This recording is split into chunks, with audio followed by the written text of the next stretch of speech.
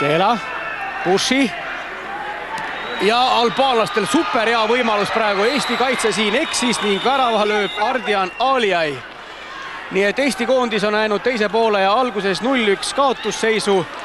Ründasime, olime aktiivsem pool, domineerisime teise poole ja algust, aga magasime selle rünnaku maha ning karistus oli kohe kiire tulema. Adrian Alijai oli mees, kes ka Tiranas lõi meie vastu ühe värava ja nüüd sai ta taas siin väravaga hakkama. See mees on 6 kohtumisest järjest löönud oma koondise eest värava ja jätnud ka siin eestlasi karistamata.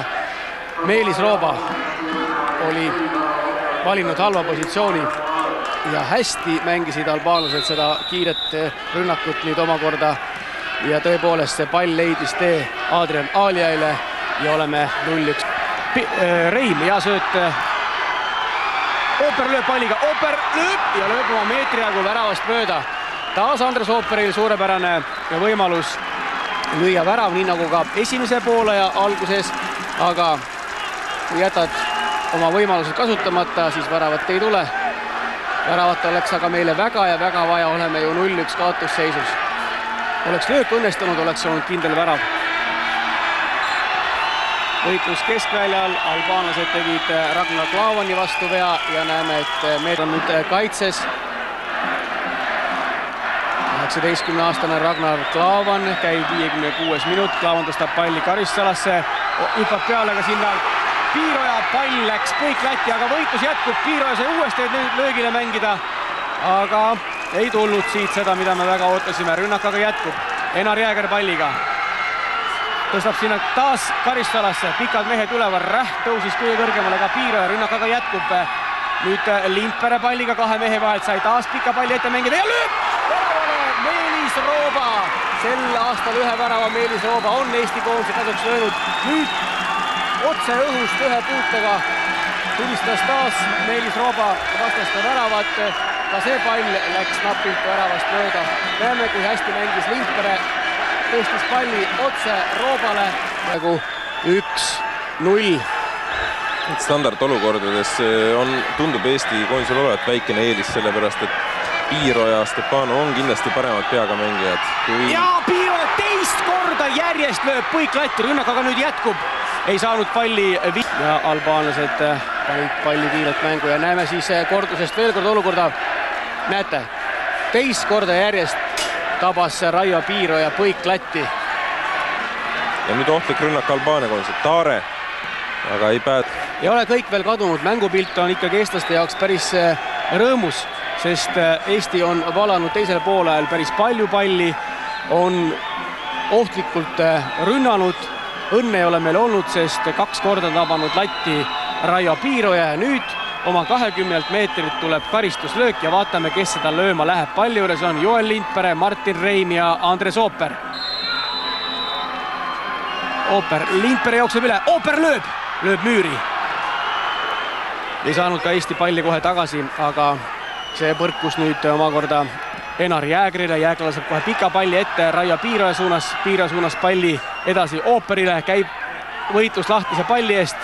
Eesti uuesti, Rähm taas kõrgelt, Lindpere suunas, lööb Reim ja lööb vastu vastasmängijat. Ooper. Hästi asetanud. Just sööt ette kohe Viikmele, kes on nüüd kiirem, Viikme läheb, Viikme võtab palli ja lööb, aga sai Ardit Bekiri ikkagi jala vahele ja ei tulnud sellest rünnakust nii vajalikku ja nii oodatud väravat. Number 2, Ardit Bekiri koostöös Fotostrakosaga likvideerisid ohtliku olukorra ja peatasid meie ründaja Kristjan Viikme, aga väga hea ja väga tark sööt Andres Ooperi poolt. Ja oli näha ka selgelt, et Viikme on Bekirist selgelt kiirem, sellepärast et söödu andmise või söödu hetkel oli ta ka tagapool Bekirist, aga siiski suutis pallini jõuda esimesena. Aga Bekir... Väljakule tulla ka Ragnar Klavan, nii et vigastust ei ole. Ooper, Piiroja ja praegu saab Jääger hästi palli. Jääger lööb nüüd ja lööb!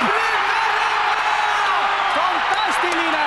Eesti meeskond on viigistanud 81. mänguminutil.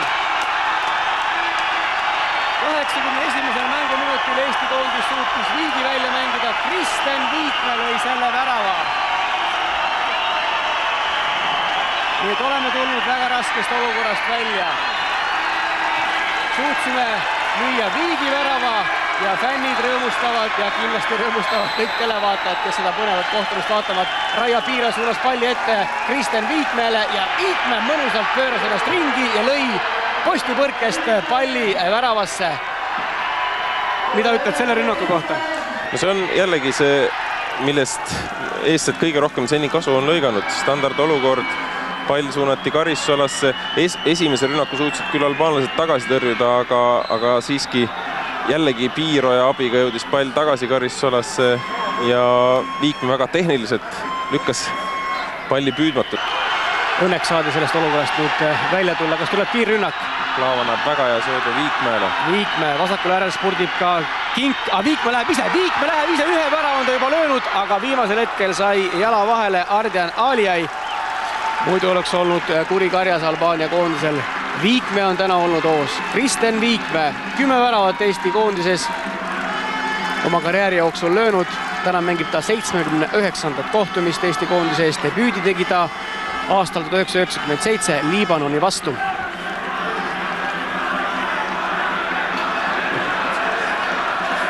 Ja Eesti koondis teenib 4.